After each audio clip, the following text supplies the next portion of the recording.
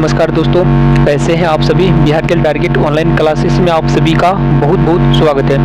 दोस्तों, Bihar DElEd CBT based entrance exam के लिए साइंस से टॉप लेवल का प्रश्न लेकर के आया हूं। क्लास को आप लोग पूरे ध्यान से देखिएगा और लास्ट तक देखिएगा। सभी के सभी प्रश्न आपके सिलेबस पर आधारित है और टॉप लेवल का प्रश्न है। ठीक है दोस्तों, जितने भी प्रश्न बताएंगे ए टू जेड प्रश्न को आप लोग जरूर रिवाइज कीजिएगा।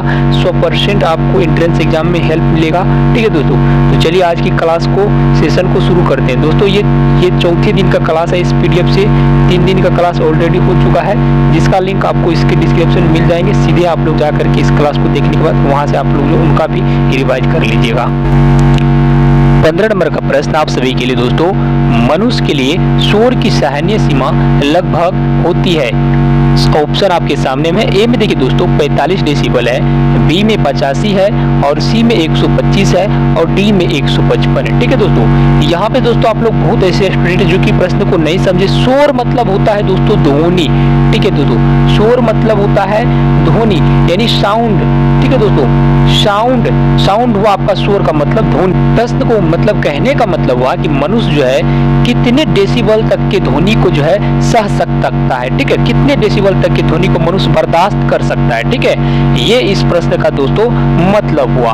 तो इससे संबंधित भी आपको जितना ध्वनि से संबंधित है वो यहाँ पे आपको हम टोटल बताएंगे। लेकिन जो दोस्तों मनुष्य के लिए जो है दोस्तों ध्वनि का जो डेसिबल का सहनीय सीमा होता है दोस्तों वो 85 डेसिबल। ठीक है दोस्तों, एक मनुष्य जो है दोस्तों 85 जो डेसिबल तक की ध्वनि को बर्दाश्त कर सकता है। इससे अगर ज्यादा हो गया तो मनुष्य बर्दाश्त नहीं कर सकता है। ठीक है, और मनुष्य के लिए दोस्तों ध्वनि का जो मानक का स्तर होता है वो 60 डेसिबल होता है। ठीक है, 60 डेसिबल होता है। आप याद रखिएगा, मनुष्य के लिए ध्वनि का जो मानक का स्तर होता है वो 60 डेसिबल होता है।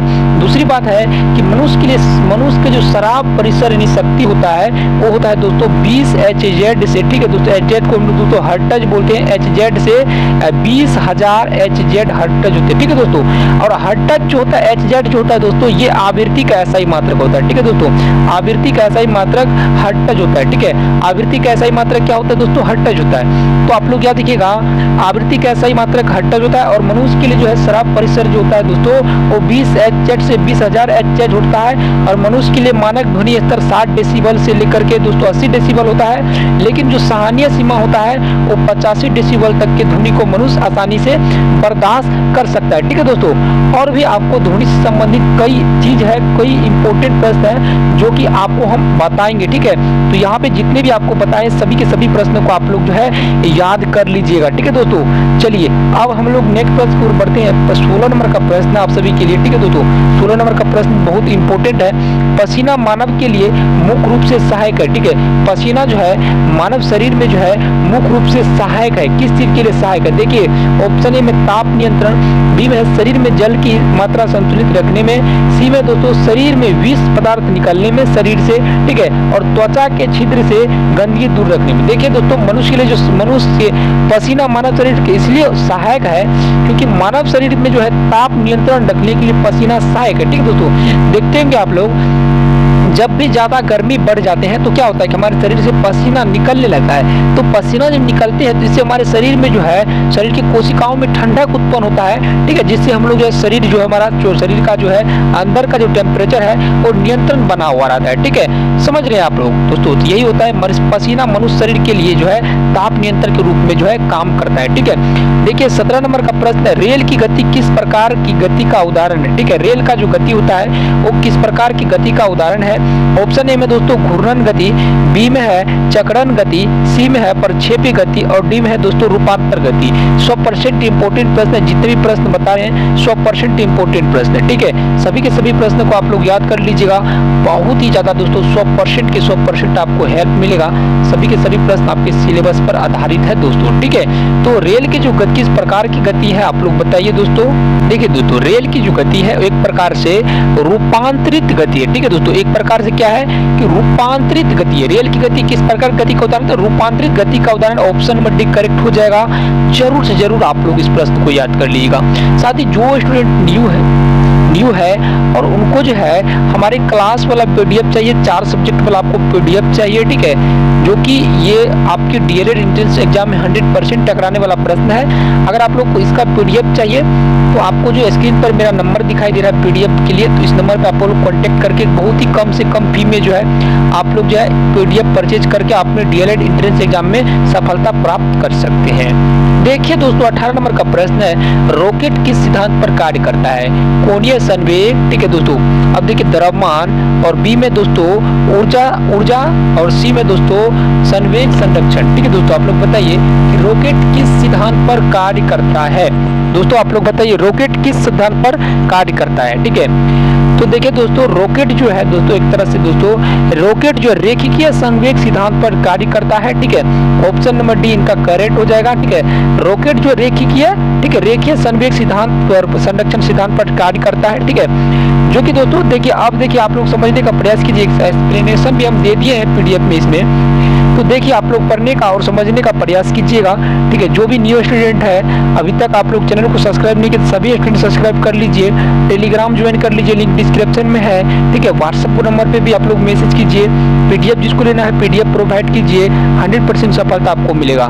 रॉकेट रेखीय संवेग संरक्षण सिद्धांत पर कार्य करता है और यह सिद्धांत न्यूटन गति के तीसरे नियम के अंतर्गत आता है। ठीक है, आपको देखिए यहाँ पे बहुत प्रश्न क्लियर हुआ कि रेखीय संवेग संरक्षण सिद्धांत न्यूटन गति के किस नियम पर आधारित है। ये भी प्रश्न आपको पूछ सकते हैं, तो आप लोग कहते हैं रेखीय गति के तीसरे न्यूटन गति के तीसरे सिद्धांत के अंतर्गत ये आता है। ठीक है दोस्तों, परंतु विपरीत दिशा में प्रक्रिया होती है, अर्थात वस्तु जितना संवेग परिवर्तन होता है दूसरी वस्तु में उतना ही संवेग दोस्तों परिवर्तन विपरीत दिशा में होता है। इस कारण नीचे की ओर गतिशील गैस रॉकेट के ऊपर दिशा में धक्का प्रदान करती है। ठीक है, और रॉकेट जो है रॉकेट से जो निकलने वाली गैस के कारण जो है रॉकेट द्रव्यमान परिवर्तन होता है रॉकेट में। ठीक है, और जिससे रॉकेट जो आगे की ओर बढ़ने के लिए आवश्यक वेग त्वरण प्राप्त करता है। ठीक है, तो चलिए अब हम लोग जो है 19 नंबर के प्रश्न को देखते हैं। तो देखिए दोस्तों यहाँ 19 नंबर का प्रश्न काफी ज्यादा इंपॉर्टेंट है। ठीक है, इसको भी आप लोग याद कर लीजिएगा। ठीक है, देखिए सर्वाधिक विद्युत चालकता वाला तत्व कौन सा है? ठीक है, सर्वाधिक विद्युत चालकता वाला तत्व कौन सा है? 4 ऑप्शन है, चलिए देखते हैं। ऑप्शन ए में है चांदी, बी में है तांबा, सी में है एल्यूमिनियम और डी में है लोहा। ठीक है दोस्तों, जो सर्वाधिक विद्युत चालकता वाला जो तत्व होता है दोस्तों, देखिए यहाँ पे चांदी है, तांबा है, एल्यूमिनियम है, लोहा है। तो देखिए तांबा और एल्यूमिनियम और लोहा ये तीनों से भी अधिक चालकता वाला जो तत्व है वो होता है दोस्तों चांदी। ठीक है, इसलिए इसका right answer option number A हो जाएगा। ठीक है, नेक्स्ट प्रश्न है जो कि काफी इंपॉर्टेंट है, बहुत ही ज्यादा दोस्तों इंपॉर्टेंट है और कई बार ये एग्जाम में पूछे गए, अलग अलग एग्जाम में ये पूछे गए प्रश्न है। ठीक है, देखिए ध्वनि का तारतम्य किस पर निर्भर कर रहता है? ठीक है, ध्वनि का तारतम्य किस पर निर्भर रहता है? ठीक है, ऑप्शन ए में है दोस्तों आवृत्ति, ऑप्शन बी में तीव्रता, ठीक है, ऑप्शन सी में है वेग और डी में है दोस्तों आयाम। ठीक है, लेकिन दोस्तों जो ध्वनि के तारतम्य जो निर्भर रहता है वो हमेशा दोस्तों आवृत्ति पर रहता है। ठीक है, हमेशा वो क्या रहता है? आवृत्ति पर रहता है। इसका ऑप्शन नंबर इसका जो right answer option number A हो जाएगा। और आवृत्ति का दोस्तों जो एसआई मात्रक होता है, एसआई मात्रक होता है वो हर्ट्ज होता है, जिसको हम लोग एचजेड में हम लोग सूचित करते हैं। ठीक है दोस्तों, चलिए हम लोग अब 21 नंबर के प्रश्न को पढ़ते हैं। 21 नंबर का भी प्रश्न काफी इंपॉर्टेंट है, ध्वनि से ही संबंधित है। ठीक है, देखिए ध्वनि की प्रदूषण स्तर, ठीक है, ध्वनि प्रदूषण स्तर की इकाई क्या है? बहुत ही ज्यादा इंपॉर्टेंट प्रश्न है। ध्वनि प्रदूषण की, ठीक है, ध्वनि प्रदूषण स्तर की इकाई क्या है? ठीक है, ध्वनि प्रदूषण के स्तर मापने वाली इकाई क्या है? ठीक है, देखिए ए में है डेसिबल, बी में है डेसिबल, सी में पीपीएस, ठीक है, और डी में उपयुक्त में से कोई नहीं। आप लोग बताइए ध्वनि के जो प्रदूषण स्तर को मापते हैं उसको उसकी इकाई क्या बोलते हैं? तो आप लोग याद रखिएगा दोस्तों, इसको हम लोग दोस्तों डेसिबल बोलते हैं। ऑप्शन नंबर ए राइट हो जाएगा। इसको हम लोग डीबी में सूचित करते हैं। ठीक है, शॉर्ट में। ठीक है, आपको डीबी भी लगा रहेगा। चलिए देखिए प्रश्न है जल में, ठीक है दोस्तों, जल में बुलबुला, ठीक है, जल में वायु का बुलबुला किसकी भांति व्यवहार रहता है? ठीक है, किसकी भांति व्यवहार करता है? जल में वायु का बुलबुला किसकी भांति व्यवहार करता है? ऑप्शन में है उत्तल दर्पण, बी में है उत्तल लेंस, सी में है अवतल दर्पण और डी में दोस्तों है अवतल लेंस। आप लोग बताइए कि इसका राइट आंसर क्या होगा? तो देखिए दोस्तों इसका जो राइट आंसर हो जाएगा ऑप्शन नंबर डी यानी अवतल लेंस हो जाएगा। ठीक है, ऑप्शन नंबर डी राइट हो जाएगा। चलिए नेक्स्ट प्रश्न को हम लोग बढ़ते हैं। दोस्तों आप में से बहुत ऐसे स्टूडेंट हैं जो कि Bihar DElEd CBT entrance exam की तैयारी कर रहे हैं, बट आप लोग की तैयारी बहुत ही कमजोर है। आप लोग एक अच्छी गाइड की तलाश में है जो कि आपके डीएलएड एंट्रेंस एग्जाम में अच्छी सफलता दिला सके। तो उसी को ध्यान में रखते हुए हम आप सभी के लिए बहुत ही बेस्ट स्टडी गाइड लेकर के आ गया हूं दोस्तों, चक्षु का। ठीक है दोस्तों, अगर आप लोग अपने डीएलएड सीबीटी एंट्रेंस एग्जाम में बेहतरीन सफलता चाहते हैं तो आप लोग चक्षु प्रकाशन के एक गाइड जरूर खरीद लिया दोस्तों। अगर आप लोग ये गाइड खरीदना चाहते हैं तो इस वीडियो के डिस्क्रिप्शन में जाइए, इस गाइड का लिंक दिया हुआ है जो कि आप लोग जो है अमेजॉन, फ्लिपकार्ट या किसी भी अदर प्लेटफॉर्म, ऑनलाइन प्लेटफॉर्म से भी इसको आप परचेज कर सकते हैं। इसमें आपका जो है सिलेबस के अकॉर्डिंग सभी प्रश्न इसमें आपको दर्शाए गए हैं जो कि आपको सफलता दिलाने में 110% आपका हेल्प करेगा। ठीक है दोस्तों, तो आप लोग वेट मत कीजिए, अभी ही जाके ये बुक खरीद लीजिए। बहुत ही बेस्ट स्टडी गाइड है, यहाँ तक कि इस गाइड का उपयोग हम भी करते हैं। ठीक है दोस्तों, तो जाके आप लोग जो है इस गाइड को जल्दी से जल्दी खरीद लीजिए। धन्यवाद। नेक्स्ट प्रश्न है दोस्तों, प्रकाश की गति। ठीक है, प्रकाश की गति किस माध्यम में न्यूनतम होती है? प्रकाश की गति किस माध्यम में न्यूनतम होती है? कांच, निर्वात, जल, वायु। प्रकाश की गति किस माध्यम में न्यूनतम होती है? तो दोस्तों आप लोग प्रकाश की गति न्यूनतम होती है वो कांच में होती है। ऑप्शन नंबर ए राइट हो जाएगा। ठीक है दोस्तों, निर्वात में प्रकाश की चाल सबसे अधिक होता है। ठीक है, निर्वात में प्रकाश की चाल सबसे अधिक होता है, इसलिए ऑप्शन नंबर इसका बी। निर्वात का मतलब होता है कि जहाँ किसी भी प्रकार की गैस के कण मौजूद नहीं रहते हैं, जो फ्री एरिया होते हैं, ठीक है, उसको हम लोग निर्वात बोलते हैं। जो कि निर्वात क्या है कि जो कि अंतरिक्ष में है। ठीक है, इसको हम लोग निर्वात बोलते हैं। ठीक है, तो 23 नंबर तक का यहाँ पे क्लियर हो गया है। अब चलिए हम लोग जो है 1 नंबर के यहाँ से फिर से हम लोग प्रश्न शुरू करते हैं। ठीक है, तो यहाँ पे जो भी प्रश्न बताए A to Z प्रश्न को याद कर लीजिए। देखिए दोस्तों, ज़्यादा वीडियो डालने से नहीं होता है, प्रश्न आपको अगर अच्छा कॉन्सेप्ट मिलते हैं तो वही आपके लिए एक भी प्रश्न है। अगर आपको हम 10 प्रश्न बताते हैं, 10 में से आपका एक भी प्रश्न आ गया, अगर 30 को वीडियो आपको मेरा छोटा ही मिल गए तो आपका वो इसमें ही 20-30 प्रश्न आपको क्लियर हो जाएगा। रोज वीडियो से आपको कोई बड़ा आप महान नहीं बन जाइएगा रोज मेरा वीडियो देखने। ठीक है, देखिए ऑप्शन ए में है और प्रश्न है ब्लड कैंसर को भी कहा जाता है, ब्लड कैंसर को डैश भी कहा जाता है। ऑप्शन है एनीमिया, और देखिए पोलिस और ल्यूकोपेनिया। ठीक है, और डी में है ल्यूकोमिया। ठीक है दोस्तों, तो देखिए ब्लड कैंसर को दोस्तों ल्यूकेमिया बोलते हैं। ठीक है, ऑप्शन नंबर इसका डी यानी 4 है, राइट हो जाएगा। चलिए नेक्स्ट प्रश्न आप सभी के लिए कह रहा है, कौन निम्नलिखित में से कौन सा एक बहुकोशिकीय जीव नहीं है? कौन एक बहुकोशिकीय जीव नहीं है? स्पाइरोगाइरा, ठीक है, स्पाइरो और पैरामीशियम कवक और हेड्रा। ठीक है दोस्तों, यहाँ पे हेड्रा जो है दोस्तों, यहाँ पे देखिए हेड्रा और पैरामीशियम कवक और स्पाइरोगा है। ठीक है, ये सब जो है दोस्तों सभी बहुकोशिकीय जीव है। ठीक है, लेकिन जो बहुकोशिकीय जीव नहीं है अमीबा और पैरामीशियम, आप लोग जानते हैं कि अमीबा, ठीक है, अमीबा और जो पैरामीशियम होता है वो एक कोशिकीय जीव होता है। ठीक है, वो एक कोशिकीय जीव होता है, इसलिए इसका राइट आंसर आप लोग देख सकते हैं यहाँ पे पैरामीशियम यानी बी नंबर, बी वाला हो जाएगा। ठीक है, चलिए नेक्स्ट प्रश्न को बोलते हैं। नेक्स्ट प्रश्न आप सभी के लिए काफी इंपोर्टेंट है। तो देखिए 10 मोल जल का द्रव्यमान है, 10 मोल 90 ग्राम, 45 ग्राम, 18 ग्राम और 180 ग्राम। तो देखिए 10 मोल जो जल का द्रव्यमान होता है वो 180 ग्राम होता है। ठीक है, इसको हम तोड़ के आपको समीकरण बताएंगे। ठीक है, नेक्स्ट वाले क्लास में प्रश्न आप लोग और देख सकते हैं। यहाँ पे बोल रहे 4था नंबर का प्रश्न, निम्नलिखित में ध्वनि स्वरमान, ठीक है, ध्वनि में स्वरमान पिच इसको बोलते निर्धारण करता है। ठीक है, ध्वनि स्वरमान निर्धारण करता है। ठीक है, आयाम, प्रबलता, आवृत्ति, तरंग दैर्घ्य। तो ध्वनि का जो दोस्तों स्वरमान होता है वो आवृत्ति का निर्धारण करता है। ऑप्शन नंबर यहाँ पे आपको 2 वाला जो है, ठीक है, यहाँ पे इसको हम लोग सी मानेंगे, ये राइट हो जाएगा। ठीक है, चलिए अब देखिए ब्रायोफाइट को प्राय उभयचर पादपों, ठीक है, उभयचर पादप क्यों कहा जाता है? ब्रायोफाइटर को प्राय उभयचर पादप क्यों कहा जाता है? ठीक है, ब्रायोफाइटर को प्राय उभयचर पादप क्यों कहता है? वे मेढक जैसे लगते हैं, वे जल और स्थल दोनों में पाए जाते हैं, इनमें आवासीय अभिरुचि नहीं होती है और वे कीटों का जो है भक्षण करते हैं। देखिए उभयचर इसलिए बोलते हैं, ठीक है, उभयचर इसलिए बोलते हैं जो प्राणी जल और स्थल दोनों चीज पे रहते हैं उसको हम लोग उभयचर बोलते हैं। तो देखिए जो ब्रायोफाइट जो पादप होता है वो मुख्यतः जल और स्थल दोनों में पाए जाते हैं। ठीक है, इसलिए इसको हम लोग जो है उभयचर बोलते हैं। ठीक है, ब्रायोफाइट की तरफ से जो पादप होते हैं आप लोग जल में भी देखते होंगे, छोटा पौधा होते हैं, वो सभी ब्रायोफाइट होते हैं। ठीक है, देखिए पत्तियों का रंग लाल, ठीक है, पत्तियों का लाल, नारंगी और पीला रंग किसके कारण होता है? एल्डेहाइड, टेनिन, लिग्निन, ठीक है, और कैरोटीनोइड। ठीक है, तो पत्तियों का जो रंग होता है लाल, नारंगी, पीला होता है वो कैरोटीनोइड के कारण होता है। ऑप्शन नंबर यहाँ पे 4 राइट हो जाएगा। चलिए नेक्स्ट प्रश्न को बढ़ते हैं। नेक्स्ट प्रश्न भी काफी इंपोर्टेंट है। प्रश्न देख लीजिए।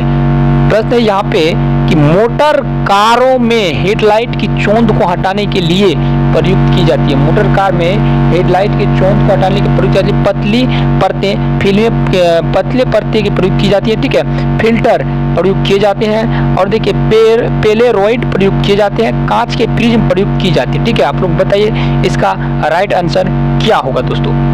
तो दोस्तों इसका राइट आंसर जो दोस्तों पोलेराइड प्रयुक्त की जाती है, ठीक है। पोलेराइड प्रयुक्त की जाती है, ठीक है। चलिए नेक्स्ट क्वेश्चन को हम लोग बढ़ते हैं। एक घड़ी में, ठीक है दोस्तों, एक घड़ी की कमानी में ऊर्जा होती है, ठीक है। एक घड़ी की कमानी में ऊर्जा होती है। देखिए कह रहा है विद्युत अस्थितिज, ठीक है, अस्थितिज और गतिज। और देखिए दोनों गतिज तथा स्थितिज होते हैं, ठीक है। दोनों गतिज तथा स्थितिज होती है। आप लोग बताइए एक घड़ी की कमानी में ऊर्जा प्रयुक्त होती है, किस प्रकार की ऊर्जा प्रयुक्त होती है दोस्तों। तो आप लोग याद रखिएगा घड़ी की जो कमानी में जो ऊर्जा प्रयुक्त होती है वो अस्थितिज ऊर्जा होती है, ठीक है। चलिए नेक्स्ट प्रश्न को हम लोग बढ़ते हैं। अब देखिए नेक्स्ट प्रश्न आप सभी के लिए 9 नंबर का, इसमें पार्ट 2 में 9 नंबर का जो प्रश्न है, प्रश्न आपको बोल रहे हैं कि हाइड्रोजन सल्फाइड या हाइड्रोजन क्लोराइड की तुलना में जल का उच्च क्वथनांक किसके कारण होता है, ठीक है। तो देखिए ऑप्शन ए में है द्विध्रुवीय रोधन, और देखिए ऑप्शन बी में है, नहीं 2 में है वांडर वाल्स आकर्षण, सी में है ध्रुवीय संयोजी आबंधन, और ठीक है डी में है हाइड्रोजन आबंधन, ठीक है। आप लोग बताइए इसका राइट आंसर क्या होगा। तो देखिए दोस्तों इसका राइट आंसर होगा आप सभी के लिए हाइड्रोजन आबंधन, ठीक है। ऑप्शन नंबर 4 बिल्कुल राइट हो जाएगा। चलिए नेक्स्ट प्रश्न को हम लोग बढ़ते हैं। 10 नंबर का प्रश्न है सबसे खराब वायु प्रदूषण उत्पन्न करने वाला पदार्थ है। सबसे खराब वायु प्रदूषण उत्पन्न करने वाला पदार्थ है सल्फर डाइऑक्साइड, कार्बन डाइऑक्साइड, ठीक है। और सी में है कार्बन मोनोऑक्साइड, और डी में है धुआं, ठीक है। सबसे खराब वायु प्रदूषण उत्पन्न करने वाला पदार्थ कौन है, ठीक है दोस्तों। तो इसका राइट आंसर है दोस्तों कार्बन मोनोऑक्साइड, ठीक है। ऑप्शन नंबर सी बिल्कुल राइट हो जाएगा। चलिए नेक्स्ट प्रश्न को हम लोग बढ़ते हैं। नेक्स्ट प्रश्न 11 नंबर का काफी इंपोर्टेंट है, इसको भी आप लोग जरूर याद कर लीजिएगा, बहुत ही ज्यादा आपको हेल्प करेगा। इसके द्वारा जल के प्रदूषण का साफ करने में बायोफिल्टर के रूप में पायला गोरा प्रयुक्त किया जाता है, ठीक है। अब देखिए किसके द्वारा जल के प्रदूषण को साफ करने में, ठीक है दोस्तों, जल के प्रदूषण को साफ करने में, ठीक है, जल के प्रदूषण को साफ करने में बायो फिल्टर के रूप में पायला गोरा प्रयुक्त किया जाता है, ठीक है। मरकरी, आर्सेनिक, कैडमियम, ठीक है। और देखिए सेवालिया पुष्पपुंज, ठीक है। तो आप लोग याद रखिएगा कैडमियम, ठीक है। ऑप्शन नंबर यहाँ पे सी बिल्कुल राइट हो जाएगा। चलिए 12 नंबर के प्रश्न की ओर बढ़ते हैं। काफी इंपोर्टेंट प्रश्न है। गाय के दूध का रंग थोड़ा पीलापन किसके उपस्थिति के कारण होता है, ठीक है। गाय के दूध में जो है थोड़ा पीलापन किसके उपस्थिति के कारण होता है। राइबोफ्लेविन, कैरोटीन, और देखिए राइब्यूस्लोस और जेथोफिल, ठीक है, जेथोफिल। तो आप लोग देखिए ये जो है कैरोटीन के कारण होता है, ठीक है। ये कैरोटीन के कारण होता है, ऑप्शन नंबर बी राइट हो जाएगा।